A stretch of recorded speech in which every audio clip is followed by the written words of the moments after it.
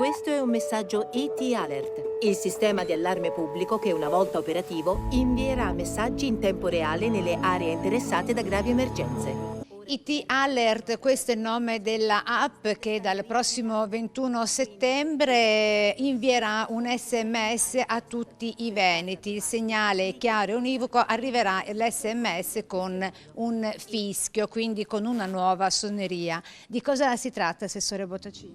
ET Alert è il nuovo sistema di allertamento pubblico nazionale gestito direttamente dal Dipartimento della Protezione Civile Nazionale e ha lo scopo di inviare a tutti i telefonini in maniera indistinta che si trovano in una determinata zona che potrebbe essere, come dire, investita da un evento calamitoso piuttosto che altro tipo di emergenza, dei messaggi per aiutare la popolazione a conoscere sia l'evento e sia quello che ciascuno può fare per cercare di ridurre il rischio a cui è esposto. Si tratta di un test per verificare che il sistema funzioni e che decolla anche in Veneto in via sperimentale l'SMS per ridurre al minimo l'esposizione al rischio dei cittadini, ovvero per eventi di emergenza in corso che si potrebbero verificare, quali fatti di natura sanitaria, situazioni meteo rilevanti, incidenti industriali, maremoto e situazioni di rischio dighe. Così come anche norme comportamentali come quelle quando c'è una piena di stare distanti dai ponti. Sembra banale, ma io verifico ogni volta che c'è una piena,